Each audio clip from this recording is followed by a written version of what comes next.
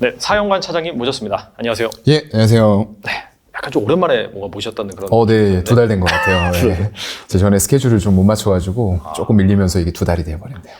근데 어떻게 본다면은 좋은 타이밍에 나오시긴 한 것 같아요. 사실 네네. 저희가 좀 빨리 만났으면은 네. 그냥 좀 그 전과 비슷한 박스. 맞아요. 그 상황에서 약간 뭐 시장 상황을 좀 드라이에게 말을 했다면은 요번엔 네. 약간 이슈가 터져가지고 지금 네. 상황에서도 어떤지 한번 짚어보도록 맞습니다. 하겠습니다. 네. 근데 사실 한동안 박스권이었다가 네. 최근에 SBB 사태 터지고요. 네.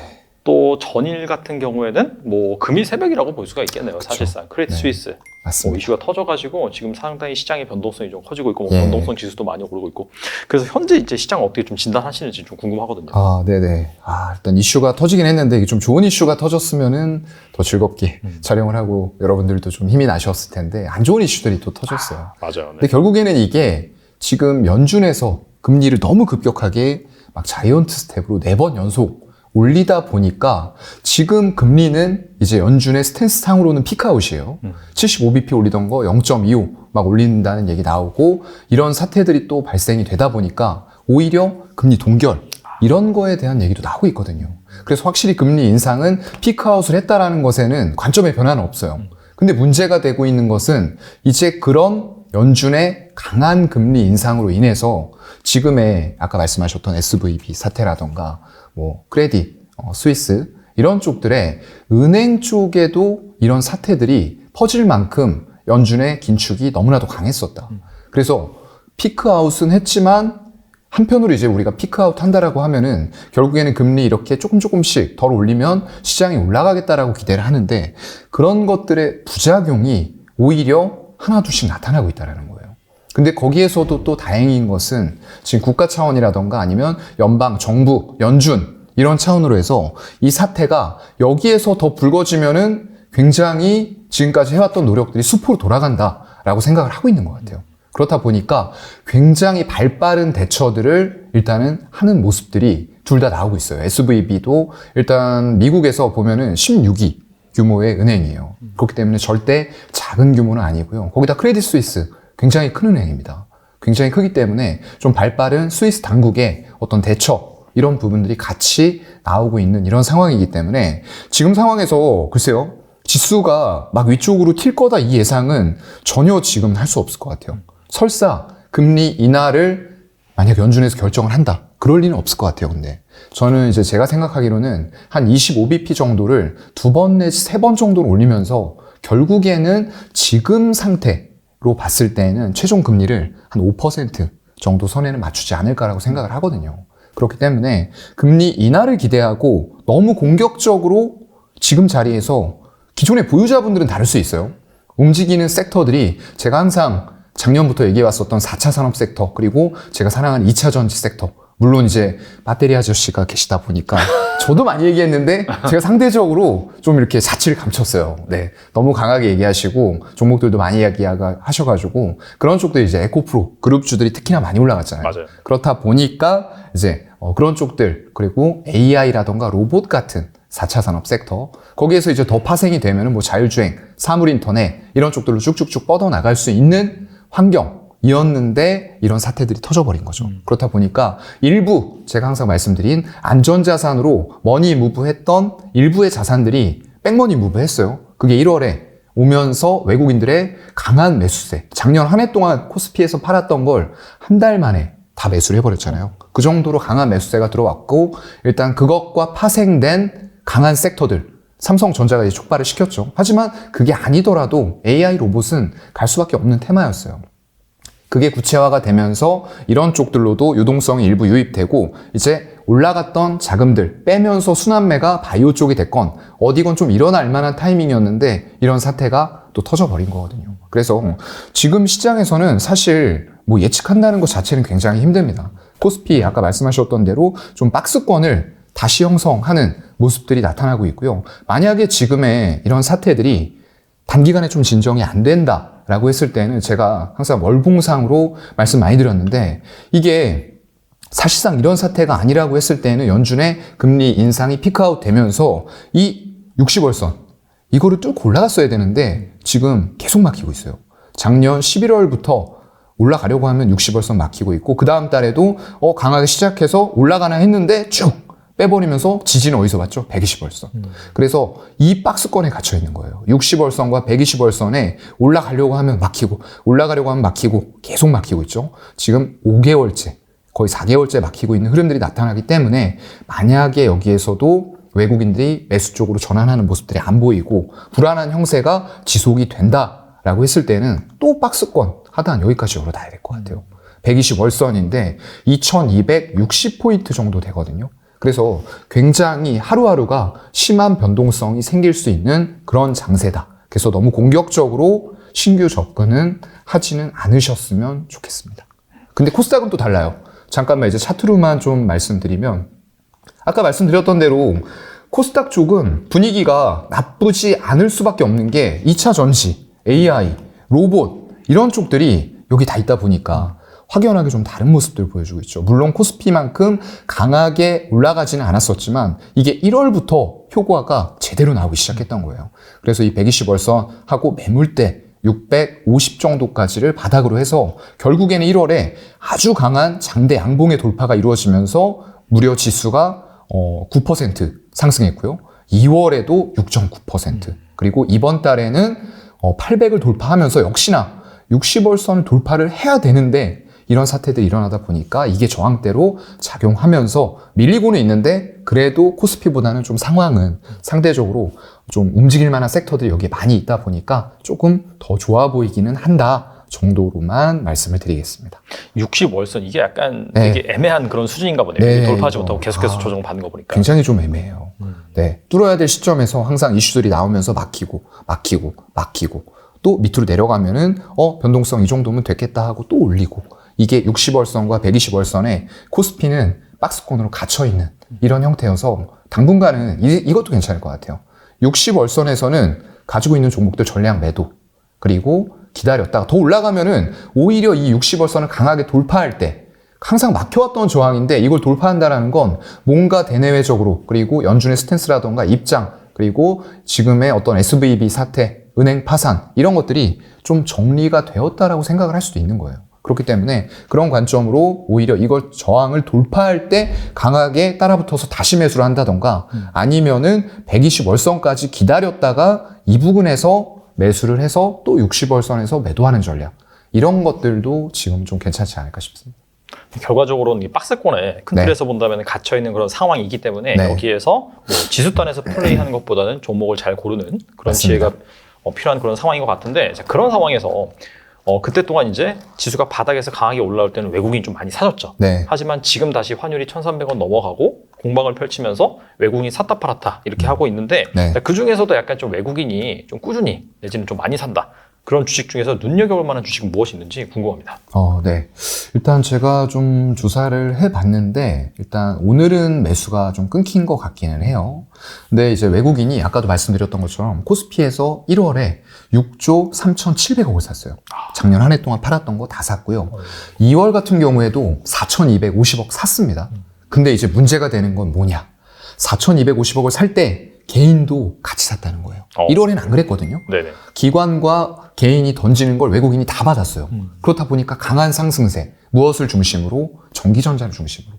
근데 2월 들어와서는 개인들이 개입을 하면서 2조 3,600억을 코스피에서 사버려요. 네, 안 좋은 신호가 일단 나왔죠. 그리고 3월 들어와서는 외국인들의 스탠스 어떻냐? 8,800억을 매도합니다. 네.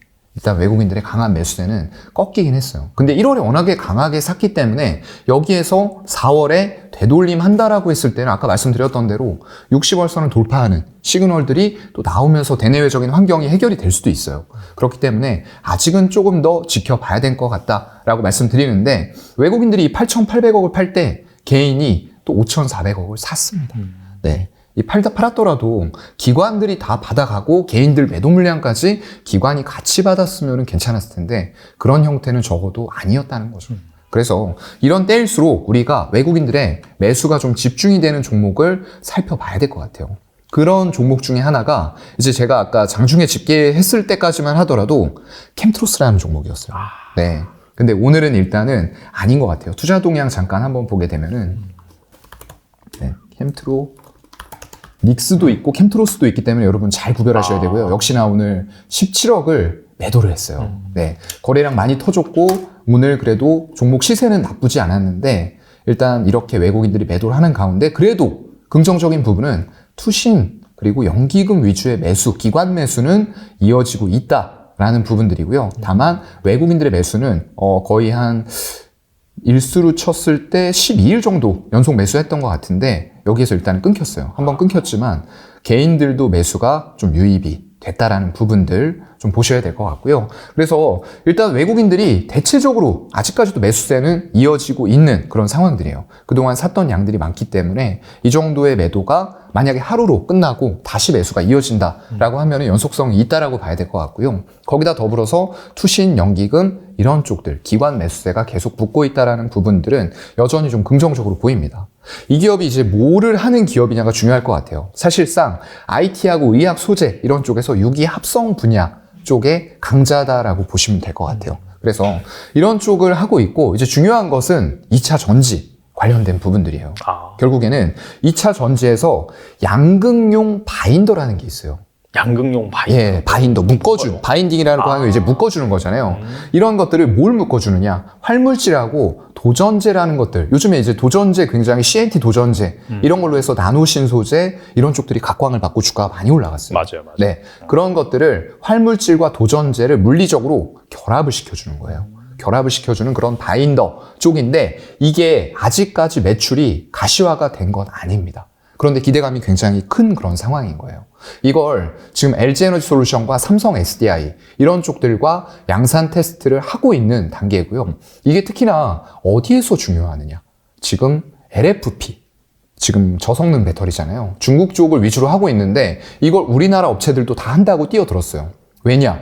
지금 미국 쪽에서 일단은 점유율하고 침투율, 전기차의 점유율하고 침투율이 10%를 넘기고 있거든요.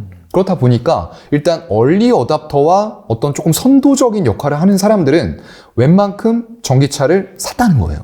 그렇다고 하면은 이제부터는 포트폴리오를 더욱더 다양하게 가져갈 필요가 있는 거예요. 시장의 저항, 그리고 이런 경기의 어떤 침체라는 부분들을 생각했을 때 조금 더 사람들이 쉽게 접근할 수 있는 가격대, 이런 것들을 위해서는 결국에는 약간 저성능 배터리로 인한 엔트리카도 이제는 구색을 갖춰야 되는. 왜냐하면 기존에 테슬라만 했는데 지금은 포드, 스텔란티스, 폭스바겐 전부 다 뛰어들어서 이 전기차를 만든단 말이죠. 그럼 그만큼 모델도 많이 나올 거예요. 그런 과정에서 물론 미국에서 많이 팔리는 차량은 픽업 트럭, 대형, SUV 이런 것들이 많아요. 그런 것들이 거의 한 판매율로 봤을 때 두 개 합치면은 60에서 70% 정도 될 거예요. 하지만 그 이외의 차량들도 구색을 갖춰서 일단 LFP 배터리의 에너지 밀도도 올라오고 있습니다. 올라오고 있기 때문에 이런 쪽에서 성능이 더 강화가 돼가고 있는 모습들 같이 나오고 있어요. 그래서 우리나라 업체들도 일단은 하겠다라고 선언을 했어요. 그리고 포드와 CATL이 얼마 전에 배터리 협약을 좀 맺었었잖아요. 근데 그런 과정에서 일단 그쪽 주지사가 굳이 CATL 배터리 해야 되겠냐 이런 식으로 제동 걸면서 법안을 우회적으로 하려는 그 보조금 혜택을 받을 수 있게 우회적으로 공장은 이제 포드 소유로 하는 그런 거였잖아요. 근데 그런 걸 이제 막겠다라는 움직임들이 나오고 있고 어찌 되었건 중국은 미국으로부터는 고립이 될 것 같아요. 그렇기 때문에 이런 관점으로 봤을 때 LFP도 구색을 갖춰야 되는데 아까 말씀드렸던 양극용 바인더가 어떤 안정성을 위해서는 꼭 필요한 LFP 배터리에는 그런 제품이에요. 근데 이게 국내 규모로 봤을 때 결코 작지 않습니다. 그리고 향후에 미국이라던가 이런 쪽들이 정말로 LFP를 탑재하는 차량들이 늘어난다라고 했을 때는 중국 다 배제하고 우리나라의 LG에너지솔루션, 삼성 SDI가 또 역할을 하게 될 거예요. 그렇다고 하면은 지금 이런 쪽들과 양산 테스트 하고 있는 이 업체에 주목을 우리는 해야 된다는 거죠. 그래서 시장 점유율을 성공적으로 양산한다고 했을 때 이 기업의 지금 연간 매출이 얼마 정도 나오느냐라는 부분을 잠깐 보고 가게 되면요. 캠트로스의 재무제표 보셨을 때 연간으로 지금 한 400억대 매출을 계속적으로 내왔어요. 연간으로요. 근데 작년에는 이제 570억 그리고 영업이익도 55억까지 나오는 조금 발전된 모습들을 보여줬는데 만약에 이 양극용 바인더가 이 두 업체와 성공적으로 양산 테스트하고 향후에 매출로 반영이 된다. 라고 했을 때는 제가 생각했을 때 그리고 애널리스트 분들 얘기를 들어보면 이 500억에서 600억의 매출이 한 번 더 더해질 것 같아요. 네. 와, 대단하네요. 엄청나게 큰 캐파가 일어나는 거죠. 그래서 여기에 주목을 해볼 필요가 있을 것 같고요. 요즘 LFP 관련해서 이슈들이 굉장히 많이 나오고 있어요. 그렇죠. 그렇기 때문에 여기에서 이제 양극용 바인더로 인한 매출의 큰 폭의 증가, 정말로 서프라이즈하게 증가할 수 있다는 거예요. 가능성이. 거기다가 영업이익도 신소재 단이기 때문에 기존에 나가던 것들보다 훨씬 더 영업이익률이 높을 수 있다는 거죠. 그래서 단순히 매출 2배, 영업이익 2배가 아니라 여기에서 영업이익이 훨씬 더 높게 2.5배 이런 식으로도 나올 수 있는 그런 소재가 지금 양극용 바인더다라는 말씀을 드리고요. 거기다가 수소 쪽도 여러분들 간과하시면 안 됩니다. 지금 안 움직인다고 해서 수소가 끝났다거나 이런 거 전혀 아니에요. 제가 봤을 때는 시장만 조금 안정을 찾고 백머니 무브에서 안전자산이 더 유입이 된다라고 했을 때는 많은 분야로 이 유동성들이 유입이 될 거예요. 그 중에 하나가 수소가 분명히 될 겁니다. 그래서 수소 쪽에서도 이오노모라고 있는데 이제 수소 전기차의 전해질 막을 제조하는 핵심 소재예요. 근데 아까 말씀드렸던 양극 바인더와 같은 불소 계열이에요. 그래서 양극 바인더를 성공적으로 양산에 성공한다라고 했을 때는 이 수소 이오노모도 굉장히 쉽게 양산을 할 수도 있을 것 같아요. 근데 이 수소 이오노모는 또 어느 정도의 그게 되느냐. 국내 시장 규모로 봤을 때 한 1,000억 정도가 됩니다. 그렇기 때문에 결코 작은 시장은 아니다라고 보이고요. 여기에서 이제 얼마의 점유율을 가져올 수 있느냐, 성공적으로 양산을 하느냐는 조금 더 체크를 해봐야 되겠지만 일단 화합성 기술을 바탕으로 해서 굉장히 이런 쪽들을 잘 해나가고 있고 우리나라의 배터리 3사 뭐 굉장히 유망한 업체들이죠. 그런데 그 중에서 LG에너지솔루션, 삼성 SDI 이렇게 앞서 나가는 업체들과 양산 테스트를 하고 있다라는 건 이미 어느 정도 레퍼런스를 확보를 해나가고 있다는 차원으로 봤을 때 향후에 우리가 더해질 매출들에 분명히 주목해 볼 필요가 있는 업체다라고 저는 좀 생각을 합니다. 양극재 업체들에 대한 프리미엄이 상당히 강한데 네. 여기도 뭐 양극 바인더를 만든다라고 한다면 네. 관련 기업으로도 엮일 수도 있겠네요. 그럼요. 네, 맞습니다. 알겠습니다. 뭐 2차전지 주식들 많이 오르긴 했지만은 네. 계속해서 이 생태계가 커져나면서 관련 기업들 그 중에서 약간 좀 소외되어 있고 숨겨진 주식이 있다면은 또 리레이팅 받을 수 있으니까 네. 그런 차원에서 잘 살펴보면 좋을 것 같다라는 생각이 들고요. 자, 그 다음에 이제 반도체 쪽 한번 네. 살펴보겠는데 반도체가 사실 1월까지는 좀 괜찮았던 걸로 기억을 하거든요. 외국인이 외국인도 많이 사면서. 매수했죠. 네. 자, 그런데 그 뒤로부터는 약간 증시가 횡보를 하면서 같이 맞아요. 박스권을 그리다가 갑작스럽게 이 미국의 반도체 지원법 윤곽이 나오면서 네네. 약간 좀 조정을 받는 그런 모습입니다. 그래서 이제 삼성전자 대표적인 네. 주식인데 어떻게 보시는지 좀 궁금합니다. 그러게요. 일단 그 미국의 반도체 지원법 아까 얘기했던 거랑 같은 결이에요. 미국은 중국을 전 세계에서 고립을 시키고 싶어 합니다. 그렇다 보니까 이 반도체들이 사실상 어느 쪽으로 많이 나가야 되느냐. 우리의 메모리 반도체 이런 것들은 IT 세트 수요가 결국은 재고를 소진시켜 줄 수 있는 방안이에요. 근데 미국이 이런 반도체 지원법 이런 것들 하면서 중국을 고립시킨다라고 했을 때 과연 미국에서 중국이 쓰던 만큼의 반도체를 소진을 즉시 해줄 수 있느냐? 그건 아니거든요. 그렇기 때문에 우리의 지금 재고가 엄청나게 쌓이고 있는 이런 상황인 거예요. 거기다 물류 공급망 이런 것들 차질 생겼던 것들이 아직까지도 완벽하게 풀렸다라고 볼 수는 없는 그런 상황인 거죠. 그런 상황이다 보니까 일단은 삼성전자의 올해 1분기 영업이익이 한 2조 1,000억 정도 될 거다라고 전망들을 하고 있어요. 평균적으로 봤을 때. 그런데 이게 문제는 시간이 흐를수록 전망치가 점점 낮아지고 있다는 거예요. 그러면서 일각에서는 삼성전자 1분기 영업이익 1조도 안 될 거야 라는 얘기도 지금 하고 있어요. 그만큼 굉장히 심각한 상황으로 보이고요. 그래서 결국에는 지금 중요한 건 다른 무엇보다도 제가 볼 때는 기존의 메모리 반도체들의 재고 소진인 것 같아요. 낸드라던가 DM 같은 쪽들의 재고 소진이 얼마나 빠르게 이루어질 수 있느냐가 문제인데 작년 말 기준으로 봤을 때 재고가 29조 원이에요. 많이 쌓여있죠. 많이 쌓였네요. 네. 근데 그게 지금이 됐다고 해서 많이 소진이 됐을까라고 보면 그건 아닐 거라는 거죠. 물론 AI라던가 이런 쪽들 관련된 반도체들, 고밀접 집적 회로라고 하는데 그런 것들이 DRAM을 수직으로 연결해서 예전에는 사실상 그런 것들이 필요 없었어요. 왜냐면 비싸니까. 근데 지금은 AI, 챗GPT 이런 얘기들 나오고 전 세계의 글로벌 빅테크 기업들이 전부 다 AI로 몰리고 있어요. 왜냐하면 돈이 되니까. 그래서 그런 쪽들에 대한 주문이 많이 밀려 들어오고 있는 것은 사실이지만 사실상 기존에 반도체들이 소진이 안 되고 재고로 쌓이고 있는 것도 팩트인 거죠. 네. 그래서 결국은 그런 쪽들의 매출 비중이 조금씩 늘어나는 건 긍정적이긴 하나 전체로 놓고 봤을 때는 미미하다는 거죠. 그래서 재고 29조, 30조씩 쌓여있는 이런 것들이 과연 어떻게 소진이 되느냐가 문제일 것 같은데 일단 1분기 실적이라던가 뭐 이런 것들을 좀 봐야 되겠죠. 그리고 삼성전자는 생산량을 줄이는 부분들에 대해서 인위적인 감산은 없다. 자연적인 감산이다라고 계속 얘기를 했어요. 근데 다른 업체들은 이제 감산을 하겠다라고 발표를 했죠. 마이크론이라던가 SK 하이닉스. 여기다가 삼성전자까지 같이 우리도 생산량 줄일게 라고 강하게 얘기를 했었으면은 아마 시장에서는 조금 더 반응을 했었을 수도 있어요. 항상 역사적으로 보면은 이런 것들이 어려운 시기에 재고 쌓이면서 이걸 생산량 우리 감축할게 라고 얘기하면서 반도체 빅사이클들이 항상 왔어요.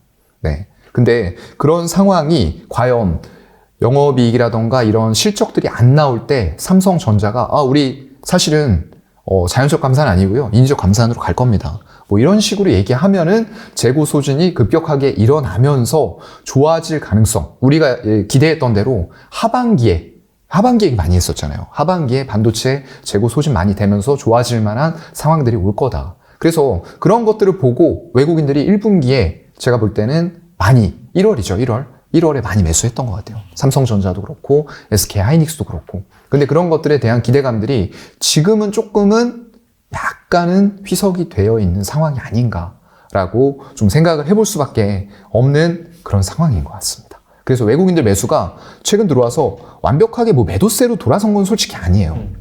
그런데 1월에 이렇게 가파르게 샀었던 것들이 지금은 조금 정체가 되면서 제가 항상 큰 종목들에 대해서 외국인들의 매수세를 볼 때 두 가지를 봐야 된다고 그랬죠. 외국인들의 의미 있는 매수는 1번 강도, 2번은 지속성, 연속성이에요. 근데 그게 지금 끊겨 있다는 거죠. 이런 식으로 보게 되면은 사실상 예전만 해도 분위기 좋을 때 있었죠. 네. 이런 식으로 해서 1월 3일부터 삼성전자 사기 시작해서 정말로 가열차게 삽니다.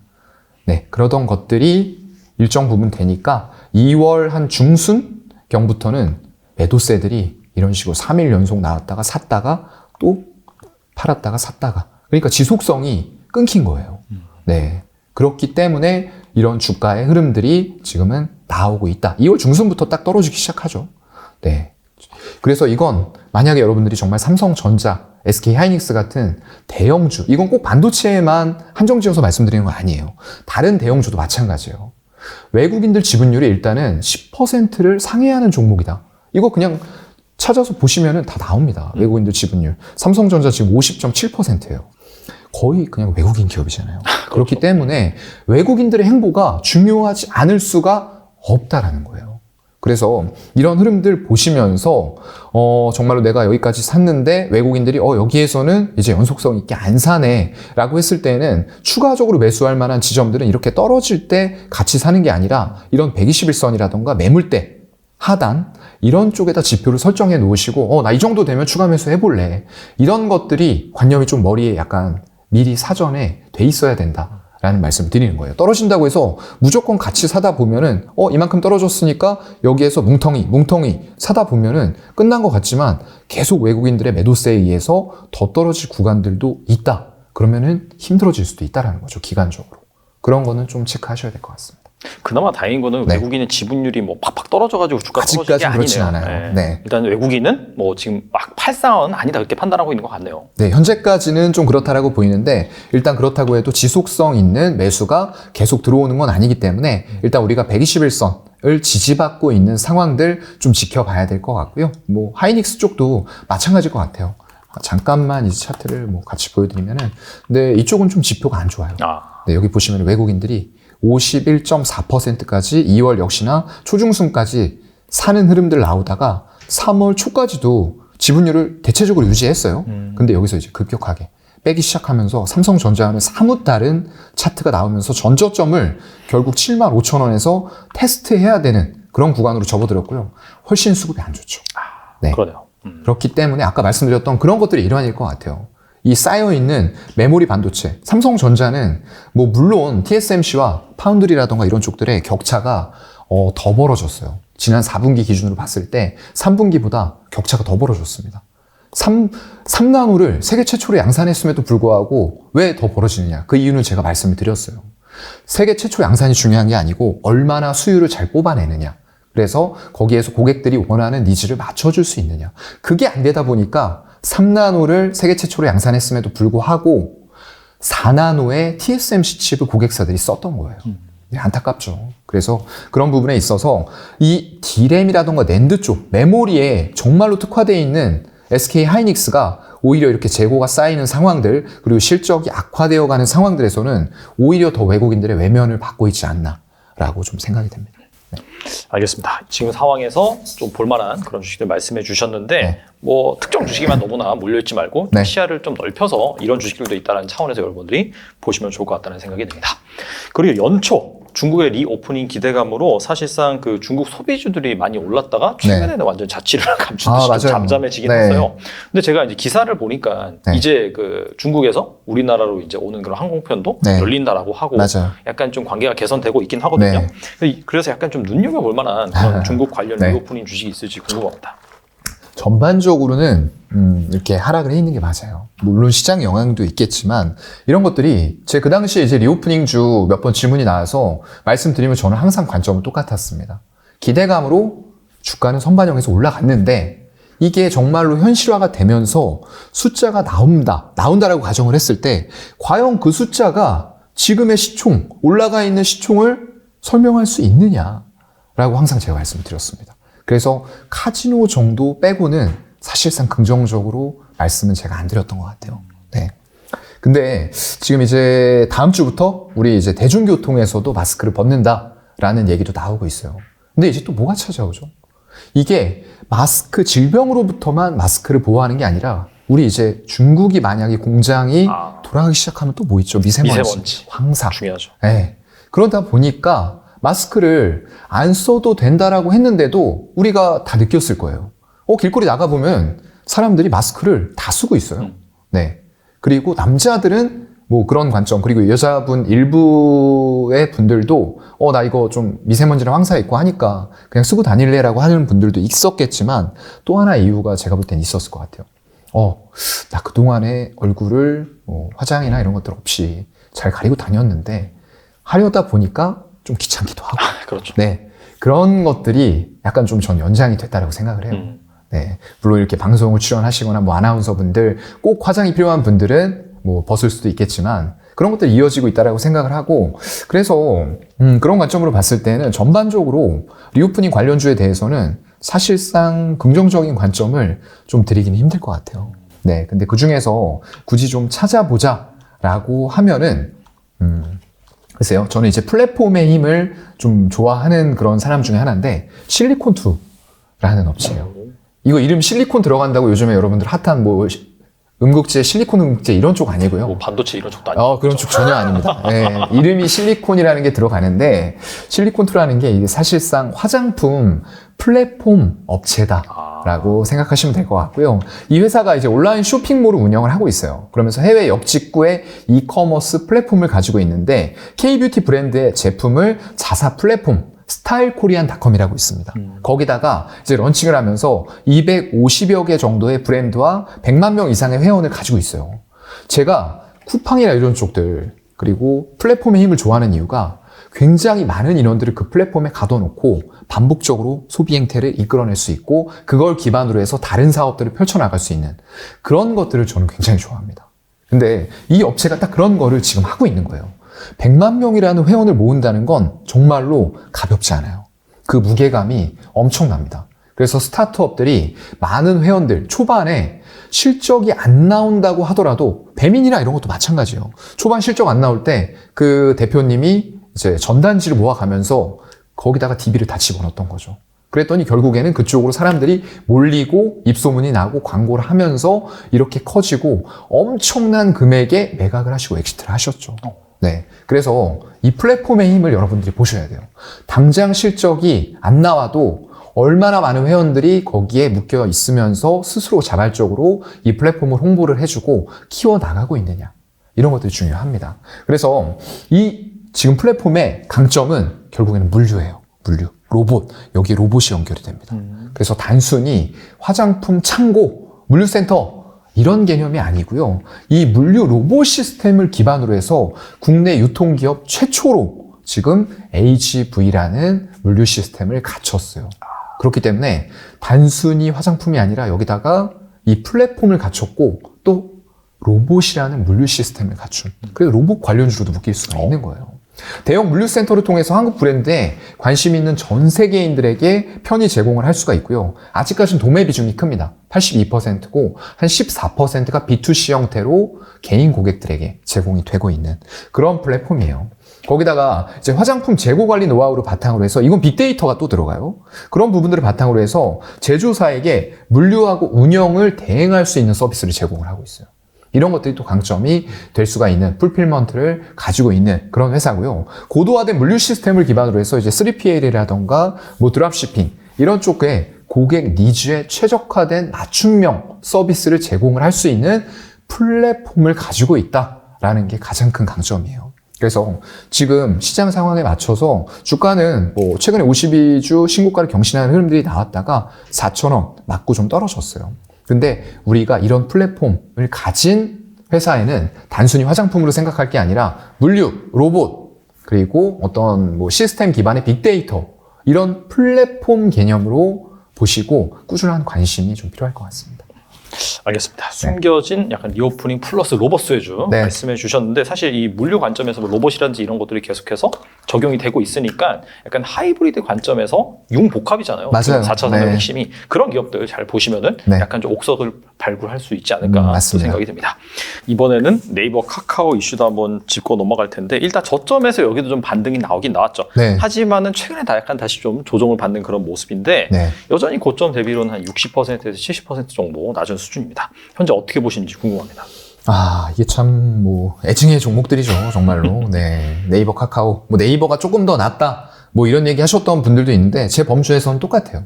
네이버하고 카카오는 같이 묶어놓고 보는 게 맞다라고 보이고요. 이제, 코스피의 서비스 업종이에요. 근데, 서비스 업종이 그렇게 딱히 좋지는 않은 것 같아요. 이제 네이버 같은 경우에도 2월 중순을 기점으로 해서 역시나 다시 빠진 모습들 나오고 있는 그런 상황이고요.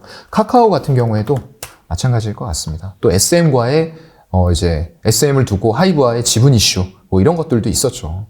그래서 이것도 쭉 빠졌는데 결국 이제 121선에선 지지가 한번 나오긴 했어요. 그렇다고 해서 외국인들이 안 파느냐? 여기 보세요.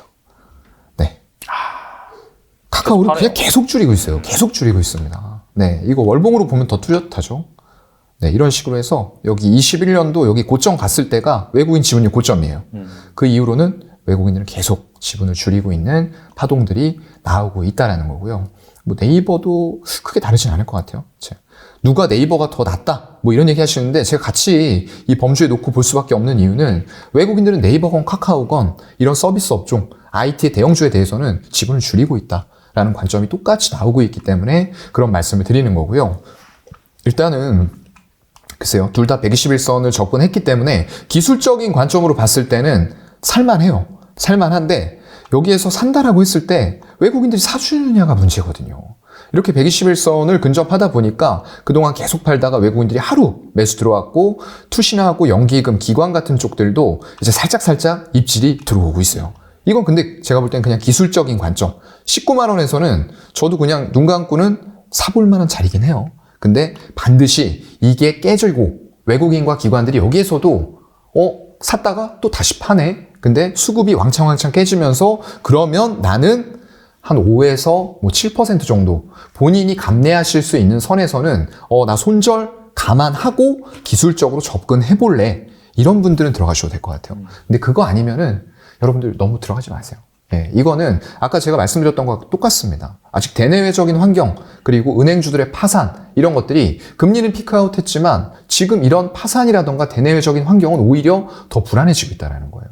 이런 상황 속에서 이런 기술주의 대표주자라고 불리우는 네이버 카카오 쪽이 올라가지 못하는 이유가 있죠. 왜냐하면 이런 쪽들로 수급이 약간 이동을 해오면서 성장성 모멘텀 이런 것들을 주고 외국인과 기관들이 예전에 PER이라던가 이런 거 높게 주면서 주가들이 올라갔었던 거잖아요. 너 지금은 숫자 못 내지만 향후에 낼 거니까 지금 이 정도 숫자인데 우리가 PER 뭐 50배 정도 줄게 라고 했던 건데 지금은 그게 안 통하는 시대예요. 그런데 이쪽으로 돈이 들어와야 되는데 지금 대체할 만한 섹터들이 1월에 너무 많이 나온 거예요. 많이 나왔잖아요. 많이 나왔죠. AI, 로봇, 뭐 자율주행 4차 산업 섹터, 2차 전지, 에코프로 그룹주 이런 것들이 많은데 굳이 네이버와 카카오의 외국인과 기관이 매력을 느낄 만한 게 없었다라는 거죠. 없어요. 네, 제가 볼 땐 지금까지는 없습니다. 그렇기 때문에 기술적인 관점 정도로만 접근해 보실 때 손절은 반드시 잡고 대응을 하시는 정도로만 지금 상황에서는 딱히 다른 드릴 말씀은 좀 없을 것 같습니다. 네. 안타깝지만 네. 아직까지는 좀 기다려야 된다. 네, 의미는 네. 좀 시그널이 나오면은 제가 네이버 카카오는 뭐 여러분들이 워낙에 많이 들고 있는 종목이고 좀 안타깝게도 물려있는 종목이고 하기 때문에 말씀을 다시 좀 발상의 전환이 나올 때는 분명히 말씀드리도록 하겠습니다. 네. 이번 2차 전지에 대해서 좀 알아볼 텐데 네. 늘 말씀하신 양극재 경쟁력이 있다라고 네. 말씀하셨는데 그 종목들이 최근에 지금 너무 잘 갔어요. 그렇죠. 특히나 이제 예전에도 에코프로 BM이라든지 약간 그쪽이 좀 소외되어 있다라고 하시면서 네. 좋게 말씀하셨는데 최근에 너무나 많이 올라버려가지고 네. 사실 신규 진입하기에는 부담스러운 감이 없지 않아 너무 있잖아요. 부담스러워요. 근데 현 시점에서 좀 볼만한 그런 기업은 무엇인지 좀 궁금하거든요. 네. 뭐 사실 그 말씀드렸던 종목들이 더 갈 수도 있어요. 더 갈 수도 있죠. 네, 워낙에 요즘에 좀 배터리 아저씨가 열심히 열일을 해주시고 있고, 네. 저도 뭐 2차 전지에 대해서는 여전히 긍정적으로 보고는 있습니다. 다만, 이제 걱정이 되는 건 지금 에코프로, 뭐 에코프로 BM 이런 쪽들의 수급이에요. 네, 이거 보시면은 사실 이게 올라가기 시작하면서 외국인들은 살짝, 비중을 조절하는 모습들이 보이고 있고요. 이거 보면은 좀 무섭지 않으세요?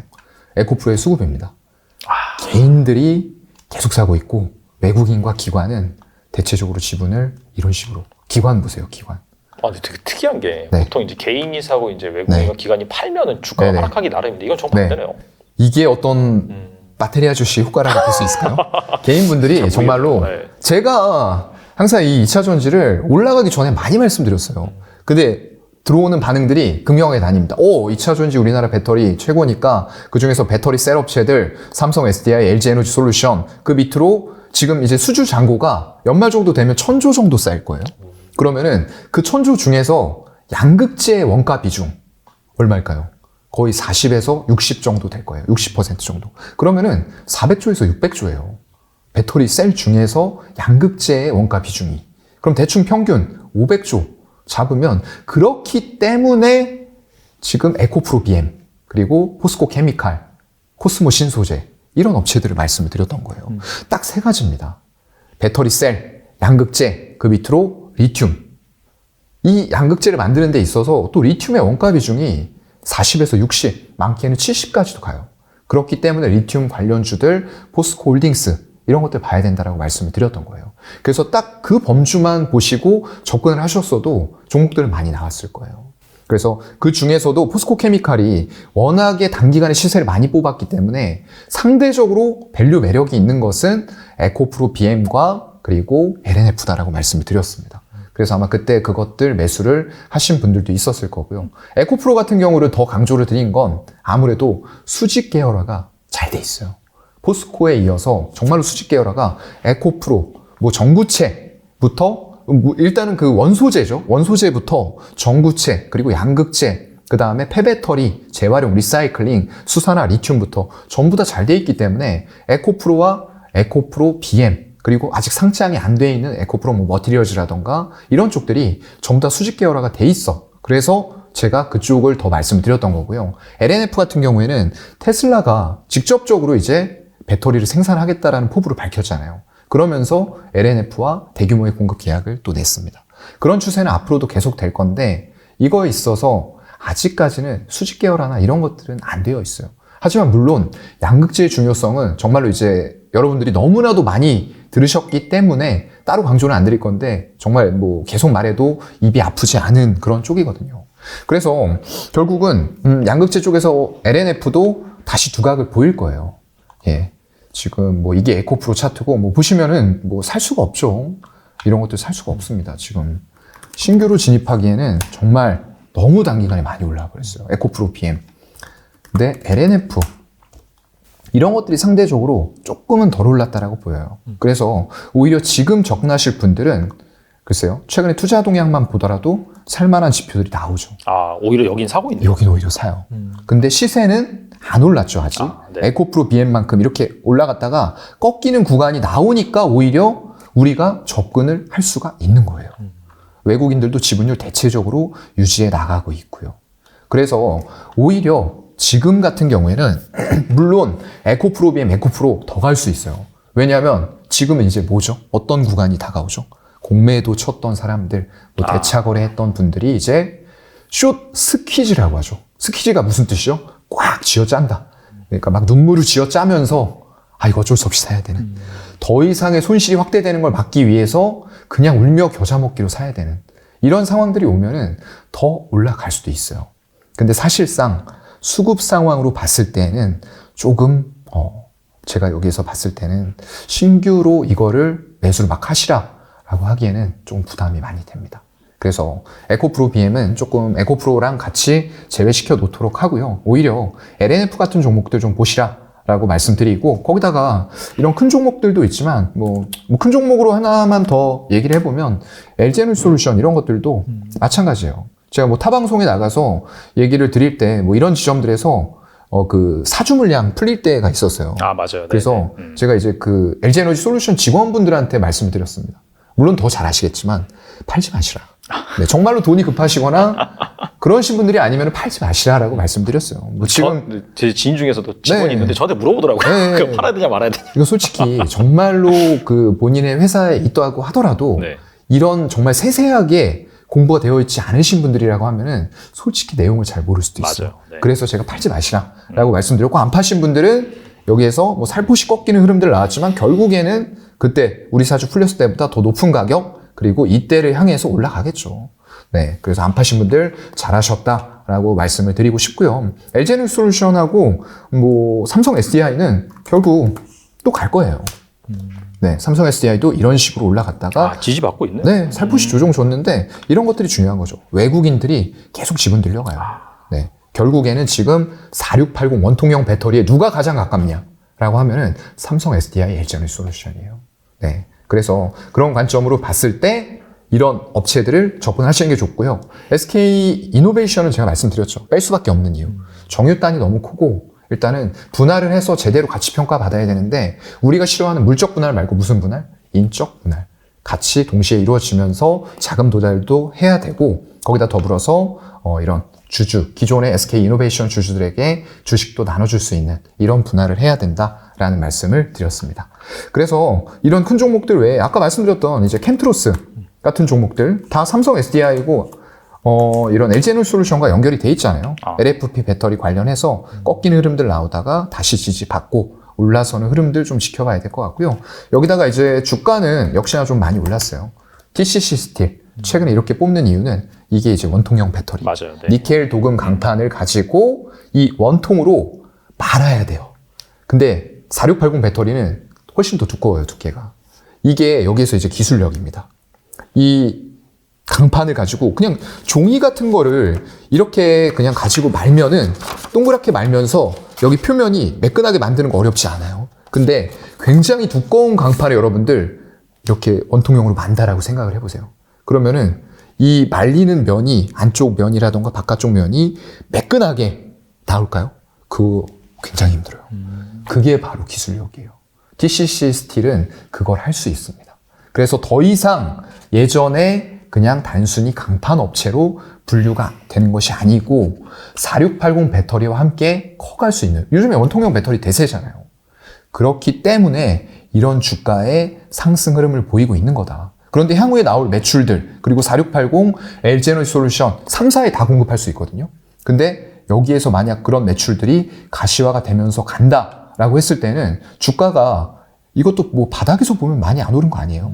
1,000원에서 지금 거의 2만 원까지 올랐습니다. 20배 올랐죠. 네네. 그런데 아직도 그런 매출들이 가시화된다라고 하면은 기술력을 바탕으로 해서 싸 보인다. 혹자가 이런 얘기들 해요. 그러면은 다른 니켈 도금 강판 이런 기술도 가지고 있는 회사들 다 진입하면 이게 경쟁이 없는 거 아니야? 라고 하시는데 천만의 말씀이죠. 이게 아까 제가 말씀드렸잖아요. 삼성, SDI, LG에너지 솔루션과 하는데 그런 업체들과 이 테스트를 콜 테스트 다 해야 되고요. 생산해야 되고 양산 성공 테스트 해야 되고 공장 세워야 되고 이거 얼마나 걸릴까요? 제가 볼 땐 3년 이상 걸려요. 그러면 3, 4, 5 최소한 25년까지는 이 TCC 스틸의 독점이라는 거예요. 거기다가 지금 캐파 증설 엄청나게 대규모로 그간에는 할 필요가 없었죠. 왜냐하면 배터리라는 영역이 진입해있지 않는 상태에서 니켈 도금 강판 솔직히 수요 많지 않았어요. 그냥 평차 정도를 치는 그런 업체였어요. 실적으로 봤을 때에도 보시게 되면은 연간으로 봤을 때 매출액이 대략 한 4천억 정도 선에서 2020년까지 왔다 갔다 했습니다. 영업이익도 좀 들쭉날쭉했죠. 근데 대략 한 150억 안쪽이었어요. 근데 2021년 보세요. 매출이 앞자리가 달라지잖아요. 5,400억에 영업이익이 256억. 그리고 작년에는 6,800억에 영업이익이 또 437억. 올해 700억 예상, 내년에 1,000억 예상. 이렇게 기업이 왜 달라지는가를 우리가 알아야 된다는 거죠. 그래서 여전히 내년에 나올 이 1,000억, 근데 올해에도 700억 이상 나올 수 있어요. 왜냐하면 전부 다 지금 다 원통형 배터리 한다라고 하잖아요. 그리고 만드는 완성차 업체들이 훨씬 많아졌어요. 그만큼 많이 필요로 하는 상황에서 우리나라의 배터리 3사와 결국 손을 잡을 텐데 우리나라 배터리 3사와 손을 잡고 있는 이 TCC 스틸의 독점적인 지위가 예상이 되는 거고요. 이거 예를 들어서 뭐 700억 올해 나올 수치 그냥 지금 나와 있는 수치만 가지고 계산해 봤을 때에도 영업이익으로 계산했을 때 77에 49, POR이 7배. 이게 예전에 그냥 단순히 철강만 하던 회사라고 하면은 그냥 뭐 그렇게 싸지는 않네. 그냥 평타 정도 되네. 라고 하는데 뭐가 붙었다고요? 2차 전지 밸류가 붙었다는 거죠. 네, 그거 생각해 보시면 주가는 많이 올라온 것 같지만 여전히 싸 보인다라는 부분입니다. 네. 알겠습니다. 그리고 증시에서 뭐 앞서서도 계속해서 말씀해 주셨는데 로봇 AI 관련주들이 네. 상당히 좀 뜨겁습니다. 사그러들 듯 하더니 계속해서 타오르고 있어요. 네. 그래서 지금 이 상황에서 좀 들어간다면 좀 다소 부담스러울 것 같긴 한데 네. 다음으로 약간 좀 좋게 해야 할 주식? 뭐가 있을까요? 네, 뭐 여전히 그런 섹터들은 좋게 보고 있어요. 근데 이제 좋게 본다라는 부분을 조금 이제 달리 생각을 하셔야 될 것 같아요. 내용적으로 이 지금 빅테크 기업들이 전부 다 끼어들었거든요. 그러면 결국 그 분야는 된다라는 겁니다. 이게 안 될 것 같으면 그 기업들이 어떤 걸 하겠죠? 마구마구 돈을 투자해서 되게 만들겠죠. 네. 그래서 1인 1가구, 1로봇 이런 것들이 전부 다 들어가는 거예요. 근데 이제 로봇이라는 거에 모든 게 다 지배하게 되겠죠. 자율주행 사물 인터넷, 그리고 거기다가 AI 같은 것들이 전부 다 들어가고 빅데이터 들어가면서 모든 것들을 로봇이 다 관할해 줄 수 있는. 뭐 삼성전자하고 LG전자 이런 쪽들이 지금 로봇에 더 관심을 쏟는 이유는 본인들이 가전 쪽에서 굉장히 강점을 가지고 있잖아요. 그렇다 보니까 이미 팔려 있는 것들에다가 이제 어떤 뭐 업데이트 패치라든가 이런 것들을 통해서 또 제어를 할 수 있는 부분들이 들어갈 거고요. 아니면 신규로 팔릴 제품들에도 전부 다 이 로봇과 연결을 해서 전부 이제 가정에서 일어나는 일을 로봇이 1인 1가구라든가 아니면 뭐 1로봇으로 해서 통제를 할 수 있게 만드는 그런 걸 원하는 거예요. 그래서 굉장히 확장성이 넓게 적용이 된다라는 부분이 될 것 같고요. 그런 관점에서 본다라고 했을 때는 이것도 어차피 제가 볼 때는 뭐 4차 산업. 제가 볼 때는 4차 산업이 모든 분야에서 다 순환매가 돈다고 해도 결국은 여길 것 같아요. 유동성이 추가로 안 들어온다고 해도. 그래서 제가 이제 좀 다음 타자로 보고 있는 건 뭐 이게 움직임이 전혀 없었던 건 아닙니다. 이렇게 들쑥날쑥 했는데 이게 정말로 구체화가 되고 숫자들이 아직 나온 게 아니다 보니까 주가가 계속 가지 못해요. 그래서 흔들림이 있죠. 그런 관점으로 봤을 때는 이제 XR, MR 같은 그런 기기들, 가상현실, 그리고 메타버스 이런 것들이 결국에는 또 순환매가 돌 거다라고 저는 좀 생각을 해요. 그래서 그런 관점으로 봤을 때는 글쎄요. 일단 성장 초입에 있다라고 생각이 되고요. 최근에 메타 굉장히 주가 잘 올라가죠. 네, 제가 뭐 여기서 나와서도 얘기를 했는지 모르겠는데 그런 기업들 사명 바꾸고 정말 메타버스로 올인을 하는 기업들 결국 선도해 나가겠다라는 거거든요. 그런 기업들의 주가가 많이 빠졌을 때는 관심을 가져야 된다. 라고 말씀을 드렸고, 역시나 좀 폭등을 같이 하는 상황에서 감원한다고 하니까 또 올랐어요. 네. 네, 이런 감원들이 나중에 이제 또 연준의 고용에 대한 관점 어떻게 바꿔놓을지 이런 것도 같이 보셔야 될 것 같고요. 일단 성장 초입이라고 봅니다. 24년, 내년 글로벌 시장 규모는 90조에서 100조 원 규모가 될 것 같아요. 굉장히 큽니다, 여러분들. 그런 관점으로 봤을 때 이제 우리가 섹터는 다들 잘 아실 테니까 그 정도로 보고 관심 종목들 몇 개를 말씀을 드리면은 가장 기본적으로 뉴프렉스가 되겠죠. 이제 차세대 소재를 이용한 특수 PCB 분야에서 강점을 가지고 있어요. 그러면서 LED, PCB 사업 부문을 확충을 하는 모습들 나타나고 있는 기업이고요. 여기에서 이제 메타의 오큘러스에 카메라 모듈용 FPCB를 독점 공급한 기업이에요. 그래서 이런 것들이 향후에 더 많이 팔리는 상황들을 가정을 했을 때는 톡톡히 수혜를 볼 수가 있을 것 같고요. 신제품이 나올수록 예전에는 개당 3개에서 4개 들어갔다 이러면 지금은 더 많이 나갈 수 있어요. 그래서 더 비싼 고부가가치 제품이 더욱더 많이 탑재되면서 XR, MR에서 더욱더 현실화되는 그런 것들을 구현을 해준다. 라고 생각을 하시면 될 것 같습니다. 거기다 이제 선익 시스템 같은 경우, 이게 오늘 올라온 것들 보면은 반도체 소부장뿐만 아니라 디스플레이 쪽도 같이 올라왔어요.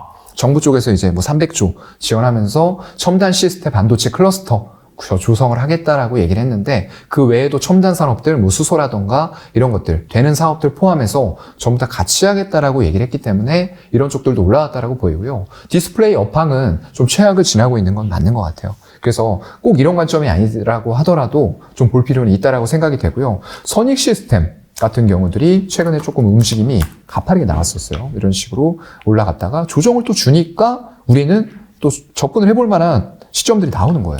거기다 이렇게 올라갈 때 외국인들이 쭉 사죠. 그러네요. 근데 이게 줄어들 때, 가격이 내려갈 때 외국인들이 줄였냐? 아니라는 거죠. 오히려 늘렸네요. 네, 늘려나가고 있어요. 차트상으로 딱 N자형이네요. 이게. 네, 맞아요. 그래서 N자로 반등을 해주고 있는 흐름들이 나오고 있는데, 글쎄 모르겠어요. 지금은 이제 외국인들이 이틀째 조금 지분을 줄이는 모습들은 나오는데, 기관 쪽에서는 다시 재매수가 들어오고 있는 이런 흐름들 좀 봐야 될 것 같고요. 결국에는 삼성전자가 이제 XR, 예전에 그 기어 같은 제품들 아시는 분들은 아실 거예요. 그거 했다가 접었어요. 왜냐면 그 당시에는 시장성이 없었고 모든 업체들이 뛰어들어 있는 상황이 아니었는데, 지금은 상황이 달라졌죠. 일단은 지금 페이스북이 아예 이름을 메타로 바꿔버렸어요. 맞아요. 그러면서 뛰어들고 시장을 넓히고 있는 가운데 구글이라던가 이런 쪽들도 이제 기기를 내놓겠다. 애플 전부 다 뛰어드는 거예요. 이것도 돈이 될 것 같으니까 뛰어드는 거죠. 그래서 이게 한두 기업에서 하느냐, 그리고 국내 기업이 하느냐, 아니면 해외의 빅테크 기업들이 뛰어들고 여러 기업들이 같이 하느냐, 이거는 그 주가를 올릴 수 있다거나 아니면 내용이 진행되는 강도 자체가 달라요. 그렇기 때문에 여러분들이 키워드 검색을 항상 하셔야 된다고 말씀을 드리는 이유가, 주가와는 별개로 이 내용들은 여러분들이 모르는 새, 그냥 지나치는 새에 진행이 차곡차곡 돼가고 있다는 거예요. 그럼 이런 흐름들을 보고 주가가 관련된 종목들 아직 안 움직였네? 라는 게 캐치가 되면 무슨 기회가 오는 거죠? 남들보다 더 한 발짝 빠르게, 싸게 살 수 있는 기회가 올 수도 있다는 거예요. 그런 관점으로 보시면 좋을 것 같고요. 그래서 선익 시스템은 소형 OLED 증착기 시장에서 독보적으로 세계 1위입니다. 강소기업이에요. 그래서 이런 기업들 눈여겨보셔야 될 것 같고요. 그리고 대양 증착기에서도 양산 가능한 부분들이 분명히 있습니다. 그래서 일본의 캐논더키나 선익 시스템, 이런 소수의 업체들만 가능하기 때문에 이런 쪽에서는 좀 눈여겨볼 기술을 가지고 있는 업체다라고 보이고요. 마지막으로는 코세스 같은 기업들도 있을 것 같아요. 이런 기업은 이제 삼성전자의 미니 LED 그리고 마이크로 LED 이런 쪽들에 지금 칩의 리페어 장비를 공급을 했던 그런 이력들을 가지고 있어요. 그래서 삼성전자라고 하면은 굉장히 독보적인 기업이잖아요. 주가도 굉장히 견조합니다. 이런 거 이제 어디서 사면 되죠? 네, 35일선 꺾였을 때. 네. 이런 과거의 사례로 봤을 때는, 그러니까 여기에서도 한번 또 매수기에 나왔던 거죠. 여기도 나왔던 거고, 여기도 나왔던 거고. 많이 열어놓는다고 하면은 한 35일선에서 61선 정도 열어놓고 매수하시면 이렇게 딱딱딱 올려주는 구간들이 나오고 있어요. 그리고 최근에 외국인들 매수세도 다시 붙고 있는 이런 흐름들 나오고 있는데, 여기도 이제, 글쎄요. 작년 11월에 제가 이런 기업을 좋아합니다. 기존에 반도체라던가 아니면 디스플레이 쪽에 장비, 부품, 소재하고 있는데, 여기에서 2차 전지로 넓혀갈 수 있는 기업들. 네, 이런 것들 좋아하는데, 아까 제가 빼먹고 말씀 안 드렸는데, 지금 그 뉴프렉스 같은 경우에도 2차 전지 쪽 관련해서 전기차 관련해서 15종 이상의 배터리 매니지먼트 시스템이라고 있어요. 안정성을 더 확보해주는 그런 시스템인데 이쪽으로 FPCB 수주를 확보를 했어요. 그렇다 보니까 기존에 하고 있었던 어떤 디스플레이 쪽의 저평가가 아니라는 거예요, 더 이상. 2차 전지 쪽에 밸류를 줄 수 있는 매출이 일어날 가능성들이 높아지고 있는 업체. 이런 거 제가 좋아합니다. 그리고 코세스도 마찬가지예요. 지금 작년 11월에 북미 쪽에 배터리, 셀 쪽으로 지금 제조 사양으로 해서 190억의 장비, 이런 것들의 수주 계약이 있었어요. 그래서 점점 더 그런 것들이 많아지겠죠. 왜냐하면 배터리는 이제 시작 단계고 더 커가는 이런 상황이기 때문에 우리나라 배터리 3사와 할 수 있는 일들이 굉장히 많고요. 기존에 다 대기업들과 협업이 다른 분야긴 하지만 있어요. 근데 그게 기술력을 바탕으로 해서 결국은 2차 전지까지 기술의 확장성이 나오는 부분이기 때문에 대기업들과 레퍼런스를 쌓아놓은 부분에서 굉장히 신뢰도를 이미 먹고 들어간다는 거죠. 그런 관점에서 봤을 때는 24년에는 이 2차 전지 관련된 수주, 매출 비중이 지금 1,000억 정도를 돌파를 할 수 있는 가능성이 있는 업체로 코세스도 보고 있습니다. 네, 좋은 종목들 투자 아이디어 말씀해 주셔서 감사드리고 네.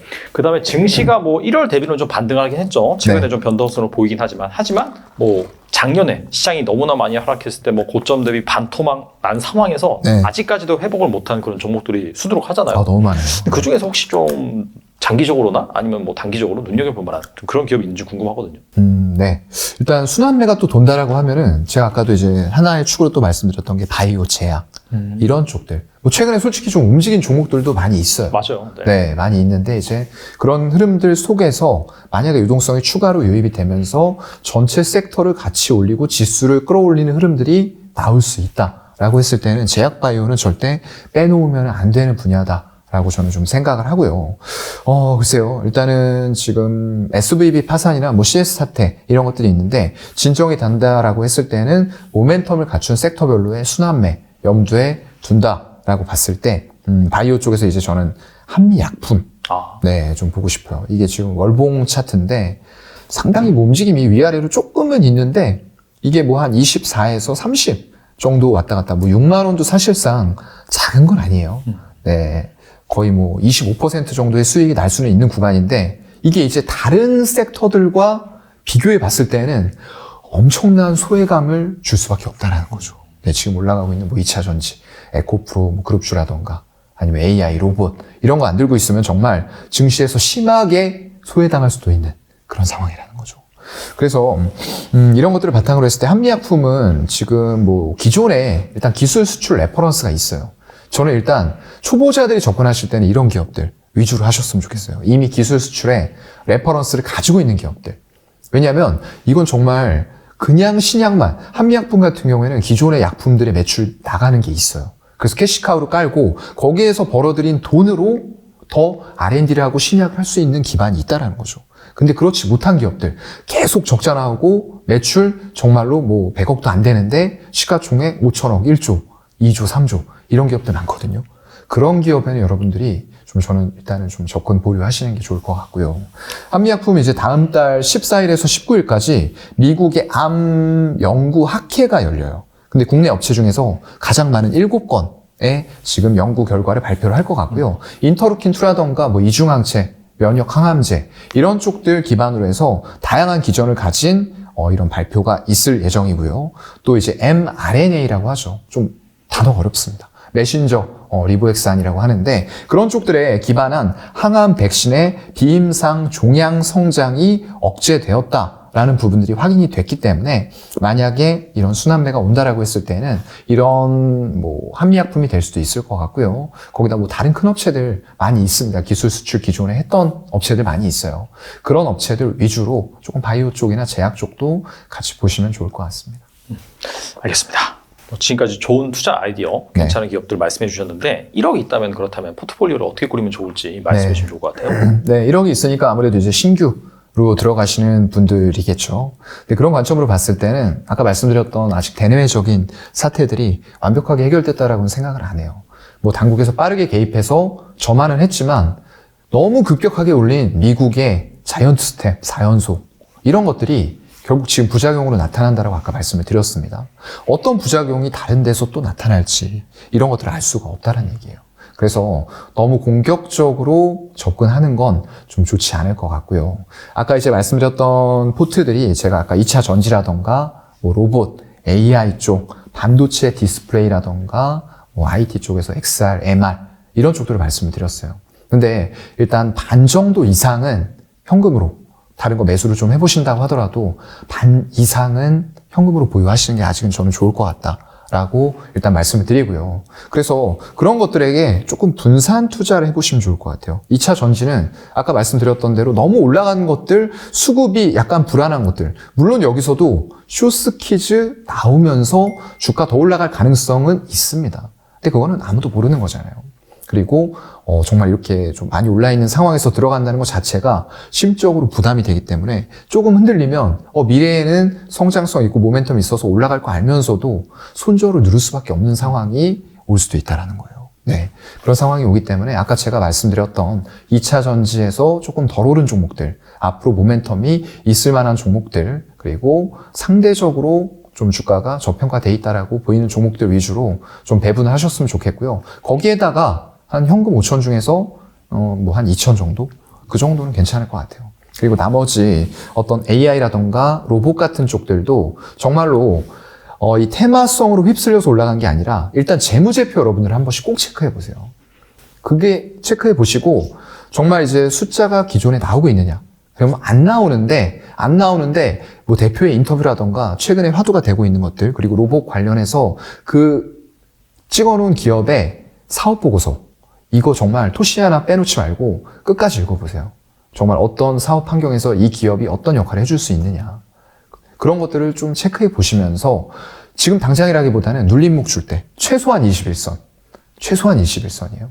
그런 쪽에다가 AI 로봇 이런 쪽들 한 종목씩 1,000만 원 정도 들어가는 거는 괜찮을 것 같고요. 거기다 이제 나머지 반도체 디스플레이 쪽에서 종목들, 아까 말씀드렸던 그런 종목들이 되겠죠. 거기다 한 1,000만 원 정도 해서 5천 정도는 들어가 보시되 나머지 5천은 현금으로 좀 보유하면서 시장의 변동성에 좀 대응을 하자. 너무 공격적으로 하진 말자. 이게 왜냐면 돈을 지금 상태에서는 크게 벌려고 하다가는 정말 크게 깨질 수 있거든요. 그래서 절대 신용, 스탁론, 레버리지 이런 미수 같은 거는 금물이고요. 가급적이면은 조금 지키는 쪽으로 지금 시장에서는 가보자라는 관점으로 말씀드리겠습니다. 알겠습니다. 지금 나오셔서 좋은 말씀 많이 해주셨는데 끝으로 투자자들에게 한 말씀만 부탁드립니다. 네. 일단 제가 좀 감명 깊게 읽었던 책 중에서 돈의 속성이라는 게 있었어요. 김승호 회장님이 쓰셨던 돈인데 저도 이제 그 전까지는 책을 읽고 뭐 이렇게 하기 전까지는 그냥 돈 뭐 주식 투자 잘해서 돈 많이 벌면 되지, 그냥 이렇게만 막연하게 생각을 했거든요. 근데 이제 그분이 쓰신 그 글귀들을 보면서 좀 생각을 했어요. 돈도 굉장히 좋은 방법으로 잘 벌어서 이걸 사회에 이제 환원을 해야 되는구나, 이런 생각들도 좀 하게 됐고, 그래서 결국에는 거기에서 이제 인상 깊었던 글귀가 가장 빨리 이제 부자가 될 수 있는 방법은 가장 천천히 부자가 되는 거다라는 게 있었어요. 멋있다. 네. 그게 지금 상황하고 딱 맞는 것 같아요. 정말로 요즘에 저는 이제 증권사에 있잖아요. 그렇다 보니까 많이 접하는 게 또 반대 매매. 예. 그렇게 쓰지 말라고 그래도 그냥 빨리 부자가 되고 싶은 거예요. 이게 올라갈 것 같으니까. AI, 로봇 이런 것들 나 다 소외됐고, 에코프로, 그룹주 다 소외됐어. 그런데 이게 더 올라갈 것 같은 거예요. 그렇다 보니까 내가 예를 들어서 1,000만 원이 있는데 1,000만 원만 가지고 하면은 그냥 10% 나면 10%, 100만 원 수익이야. 그런데 그게 아니고 신용 레버리지 써서 2배, 2.5배, 4배, 자기 자금 포함 4배 스탁론 막 이런 거 쓰면은 돈이 빨리 불어날 것 같다는 거죠. 근데 여러분들 그런 행운이 여러분들에게 그렇게 반복적으로 계속 찾아오지 않아요. 네, 생각보다 이제 세상은 냉철하기 때문에 그래서 그 말씀이 되게 와닿더라고요. 가장 빨리 부자가 되는 길은 가장 천천히 부자가 되는 거다. 그래서 그런 관점으로 여러분들이 아까 말씀드렸던 대로 조금은 천천히 부자가 될 수 있는 공부들을 해나가면서 조금 정석적인 투자, 남의 돈을 빌려서 그 이자의 무서움을 좀 깨달으셔야 될 것 같고요. 절대 그런 것들보다는 내가 가진 현금 그리고 오래 투자를 할 수 있는 관점으로 종목에 접근을 하셨으면 좋겠습니다. 네. 시장이 최근에 약간 불안정한데 사실 개별 종목들은 완전히 살아서 움직이고 있습니다. 그럼요. 뭐 네. 적게는 한 2배에서 많게는 뭐 5배 오른 종목도 많아요. 네. 그러다 보니까 나도 빨리 소외감을 극복하기 위해서 빨리 벌고 싶어서 방금 네. 말씀하신 그렇게 맞아요. 무리해서 네. 레버리지를 활용하시는 분도 계실 테지만은 하지만 그럴 때일수록 말씀하신 것처럼 약간 네. 리스크 관리를 하고 또 천천히 부자 되기 위해서 안정적으로 투자를 한다. 그리고 오늘 말씀해 주신 그런 투자 아이디어를 잘 검토해 본다라고 한다면은 네. 빠르진 않지만은 결과적으로 빠르게 또 부자가 될 수 있는 그런 방법이 되지 않을까 생각이 됩니다. 맞습니다. 다음 시간에 또 사용관 차장님 네. 모시도록 하겠습니다. 나와주셔서 감사합니다. 네, 고맙습니다.